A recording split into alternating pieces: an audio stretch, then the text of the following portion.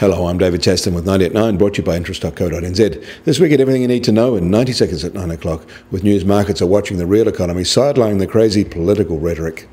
But first up today, there was another dairy auction that brought prices that were 1.65% lower overall in US dollar terms, down 2.1% in New Zealand dollars. That is now the 8th fall in the last 10 auction events and takes prices to 10% lower than they were at this time last year. But it is not all bad. 80% of the product sold was powders, and whole milk powder actually rose in price by 1.5%, while skim milk powder rose by 0.8%. It was the fats that took the beating. AMF was down 5.2% from the last auction. Butter was down 8.1%, and cheese was down 3.3%. Even though volumes for these aren't large, it was enough to push the overall index lower.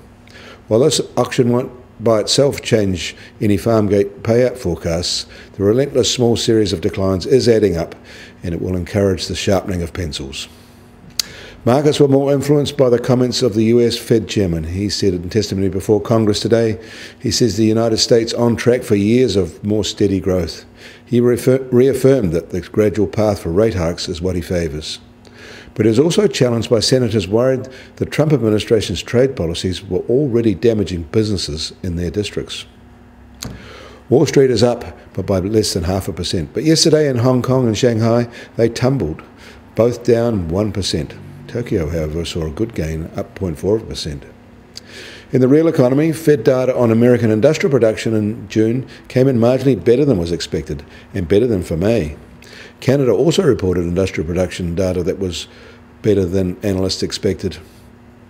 In Tokyo, Japan and the EU signed a new FTA, one that eliminates most bilateral tariffs. This is actually a big deal, even though today's event was largely ceremonial.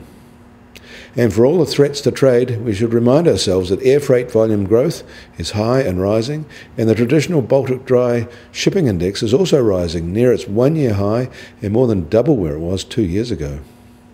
In China, and for the fourth month in a row, new home prices rose and are rising at an accelerating rate.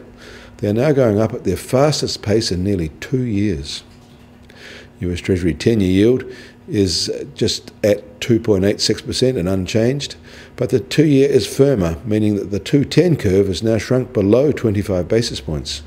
The Chinese 10-year is at 3.5%, that's down 1 basis point overnight, while the New Zealand equivalent is now at 2.91%, that's up 5 basis points. Gold has been jolted lower today by $11 and now just at $1,228 an ounce. That's its lowest in more than a year. And US oil prices are unchanged and have stabilised at their new lower level of $68 a barrel, and the Brent benchmark is now just on $72 a barrel. And the Kiwi dollar is starting today a little firmer at 67.8 US cents. On the cross rates, however, we're also marginally firmer at 91.8 Aussie cents and 58.2 Euro cents. That puts the TWI up to 71.4. Yesterday's CPI data and today's dairy price slip are having no impact on our currency at all. And finally, Bitcoin has taken off this morning.